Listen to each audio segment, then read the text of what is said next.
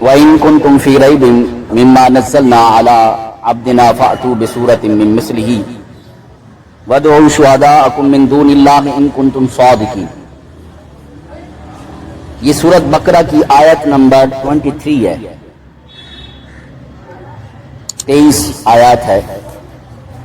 اس میں رب تعالیٰ نے فرمایا کہ ان کنتم فی ریب، کہ اگر تم شک میں ہو، مما نزلنا، جو ہم نے نازل کیا، علی عبدنا، اپنے بندہ خاص پر، یعنی عبدنا اپنے بندہ خاص سے مراد حضرت محمد صلی اللہ علیہ وسلم کی ذات کو مراد لیا، جو اس پر ہم نے نازل کیا اس میں اگر آپ شک میں ہو تو فاتو بصورت من مثلہ، اور تم لاؤ اس کی مثل ایک صورت، وادعوا شہداءکم، اور پکارو تم، بلاؤ تم، شہداءکم اپنے گواہوں کو، یعنی جن کو تم پکارتے ہو، جن کو تم اپنا مددگار سمجھتے ہو، یعنی شہداء سے مراد وہ ہیں یعنی جن پر تم ٹرسٹ کرتے ہو، اعتبار کرتے ہو، بھروسہ کرتے ہو، جن کو تم اپنا مددگار سمجھتے ہو، کیونکہ قیامت کے دن محشر کے میدان میں رب تعالیٰ بلائے گا کہ جو جس کی عبادت کرتا ہے،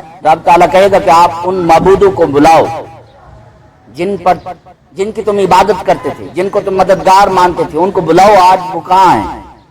لیکن وہ بھی سارے انکار کر دیں گے۔ تو رب تعالیٰ فرماتے ہیں کہ جن اور پکار لو تم اپنے شہداء کو، اپنے گواہوں کو، اپنے حاضرین کو، جتنے آپ کے حاضرین ہیں، من دون اللہ، اللہ کے علاوہ، یعنی اس کی مثل لانے میں تمہیں یہ چیلنج ہے کہ تم یہ لا سکتے ہو، اتنے سارے لوگ جمع کر لو اور اس کی مثل ایک صورت لا کے دکھاؤ، ان کنتم صادقین، اگر تم سچے ہو۔ یعنی اب ایک رب نے دعویٰ کیا تھا، ایک دعویٰ کفار مکہ اور مشرکین مکہ نے کیا تھا، رب نے یعنی ایک دعویٰ محمد مصطفیٰ نے کیا، جو رب نے محمد مصطفیٰ صلی اللہ علیہ وسلم کے تھرو کروایا، کہ محمد مصطفیٰ صلی اللہ علیہ وسلم نے یہ دعویٰ کیا، تاہم قرآن پاک اترا ہے، یہ کلام میرا نہیں ہے، رب کا کلام ہے، یہ دعویٰ تھا حضرت محمد مصطفیٰ صلی اللہ علیہ وسلم کا۔ اس کے مقابلے میں کفار کا دعویٰ یہ تھا، وہ کہتے تھے یہ کلام اللہ کا نہیں ہے، پھر دونوں میں تضاد آ گیا، ٹکراؤ آ گیا، تو دونوں کا چیلنج ہے، رب کا بھی چیلنج، محمد مصطفیٰ کا بھی چیلنج ہوا، اور ان کا بھی ایک چیلنج ہے۔ تو رب نے پھر شرط لگا دی کہ تم اگر اپنی بات میں سچے ہو، اس بات میں آپ کے پاس کوئی پروف ہے، کوئی ثبوت ہے، کوئی شواہد ہے، ان کنتم صادقین، اگر تم سچے ہو تو پھر لے آؤ اس کے مقابلے میں۔ اب اس میں جو میں ایک بات جو جس بنیاد پر رکھا میں نے یہ آیات کو میں نے عنوان بنایا، ظاہراً یہ آیات قرآن کی عظمت کو بیان کرتی ہے، قرآن کی شان کو بیان کر رہی ہے، قرآن کے مقام کو بیان کر رہی ہے، لیکن اس میں اگر غور سے دیکھیں تو یہ محمد مصطفیٰ صلی اللہ علیہ وسلم کی شان کو بھی بیان کر رہی ہے۔ وہ کیسے؟ آپ اگر دیکھیں، غور کریں کہ اللہ تعالیٰ نے یہ چیلنج کیوں کیا کہ تم اس کی مثل لے آؤ، اگر یہ تم سمجھتے ہو کہ محمد مصطفیٰ صلی اللہ علیہ وسلم نے قرآن بنایا ہے، اللہ نے نہیں بنایا۔ آپ ساری کائنات میں غور کر لیں، ہر ایک چیز جس کو انسان بناتا ہے اس کے مقابلے میں دوسرا انسان بھی بنا لیتا ہے۔ ایٹمی طاقت پاکستان ہے، یعنی اسلامی ممالک کے اندر اگر ایٹمی طاقت ہے تو وہ پاکستان ہے۔ کیا یہ پاکستان کے پاس جو میزائل ہیں تو کیا کسی اور ملک کے پاس نہیں ہے؟ اس کا مطلب یعنی جو ایٹم ایک ملک کے پاس ہے وہی مصنوعات دوسرے ملک میں بھی ہے۔ اگر کوئی ایک سائنسدان انجینئر ایک چیز تعمیر کرتا ہے تو اس کے مقابلے میں دوسری چیز دوسرا بھی تعمیر کر سکتا ہے، اس کی مثل ایک نقشے کے مطابق اگر ایک مکان بنتا ہے تو دوسرا مستری اس نقشے کے مطابق دوسرا مکان تعمیر کرتا ہے، اس کی سیم میں، اس کی شکل میں۔ یعنی اس کا مطلب یہ ہے جو انسانوں کی مصنوعات ہیں اس کو بنانے میں انسان بنا سکتا ہے، اس کے مقابلے میں چیز لا سکتا ہے۔ ایک انسان کے اندر طاقت ہے کہ ایک انسان کی بنائی ہوئی چیز کے مقابلے میں انسان لاتا ہے، لیکن رب کی بنائی ہوئی چیز کے مقابلے میں انسان نہیں لا سکتا۔ ہزاروں انجن دیکھنے، طاقتور چیز ہے، ٹرین کو لے جاتا ہے، چھکڑے لے جاتا ہے، جہاز کو لے جاتا ہے، یعنی پاور ہے اس کے اندر، اور اس کی مثل اور بہت ساری فیکٹریاں ہیں، کارخانے ہیں جو وہ بناتی ہیں، اس کی مثل بنا دیتی ہیں، کارخانے موجود ہیں اس کے بنانے میں۔ چیونٹی اور جگنو پر آپ نے کبھی غور کیا؟ یہ جو رات کو اگر دیکھیں تو وہ روشنی دے رہا ہوتا ہے، چمک رہا ہوتا ہے، کبھی دیکھا ہے آپ نے؟ کوئی ایسا کارخانہ موجود ہے جو جگنو پیدا کر سکے، جگنو بنا سکے؟ نہیں بنا سکتا، یہ رب کی مصنوعات ہے۔ چیونٹی ہے، چھوٹی سی چھوٹی چیز ہے، کیا کوئی انسان اس چیونٹی کی مثل کوئی کارخانہ آج تک کسی نے لگایا ہے کہ چیونٹیوں کے مقابلے میں چیونٹیاں بنا دے؟ نہیں بنا سکتا۔ انسان کو رب نے بنایا ہے، کیا کسی نے کوئی ایسا کارخانہ لگایا ہے جو انسان کے مقابلے میں انسان بنا سکے؟ یہ آسمان کو رب نے قرآن میں بار بار جگہ ذکر کیا کہ میں نے آسمان کو بنایا ہے۔ کیا کسی نے کوئی ایسا کارخانہ بنایا تو ایسا چھمیانہ بنا دے؟ ایسا تو بنا سکتا ہے لیکن آسمان جیسا نہیں بنا سکتا۔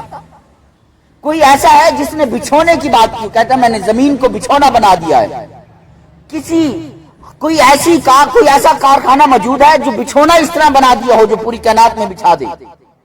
نہیں بنا سکتا۔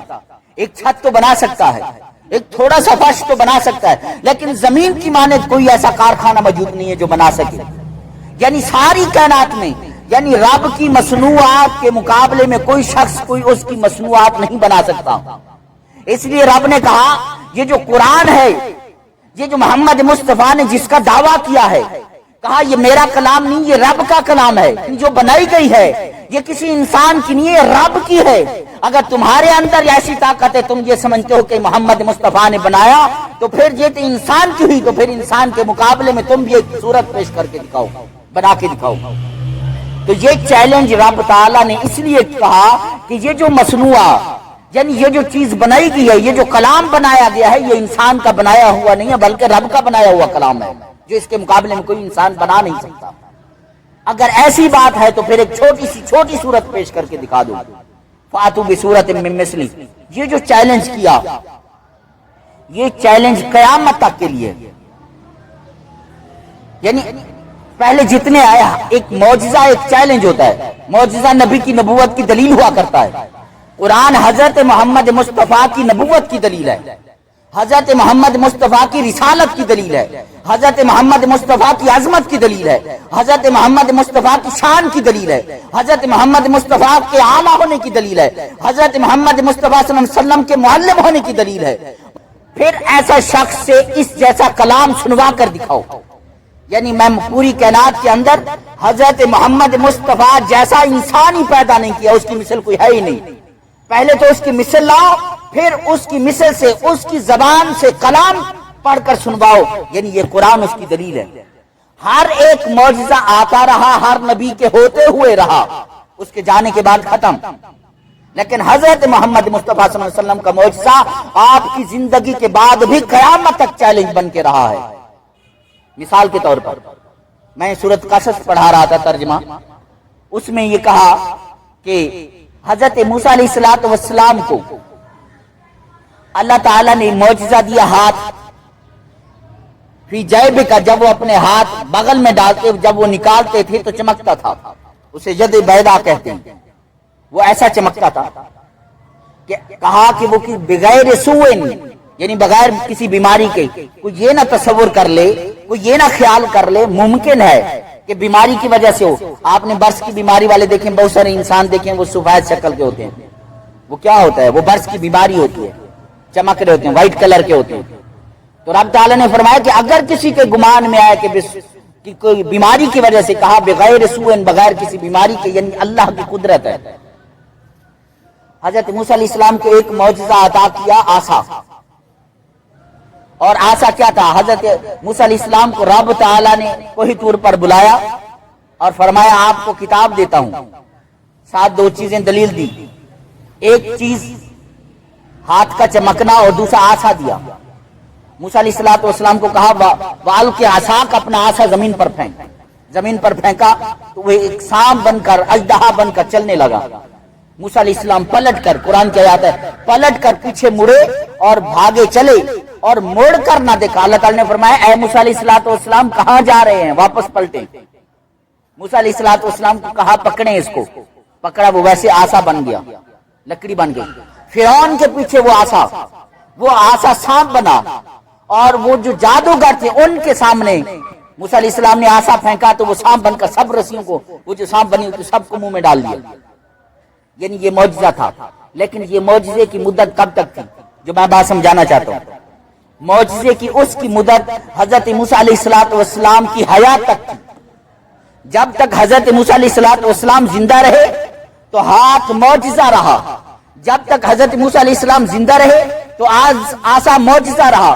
آپ کے چلے جانے کے بعد، حیات اس دنیا سے جانے کے بعد وہ معجزہ ختم۔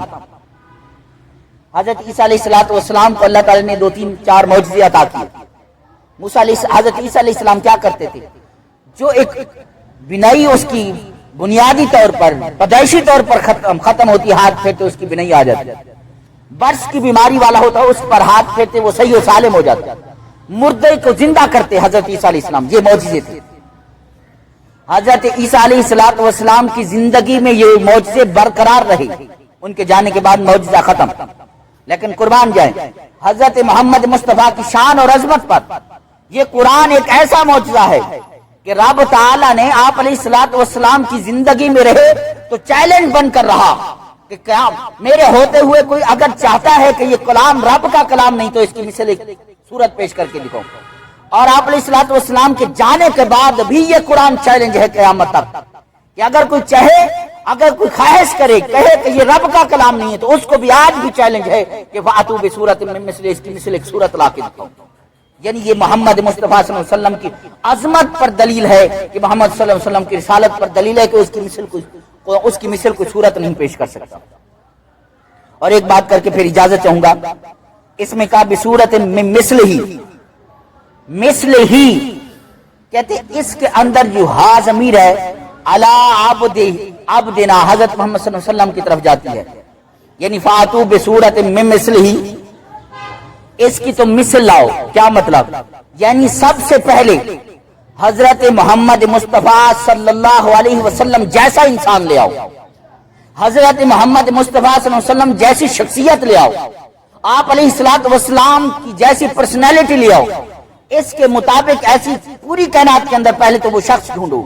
ہم نے فرمایا وَأْتُوا بِصُورَةٍ مِّن مِّثْلِهِ، حضرت محمد مصطفیٰ جیسا انسان پیش کر کے دکھاؤ۔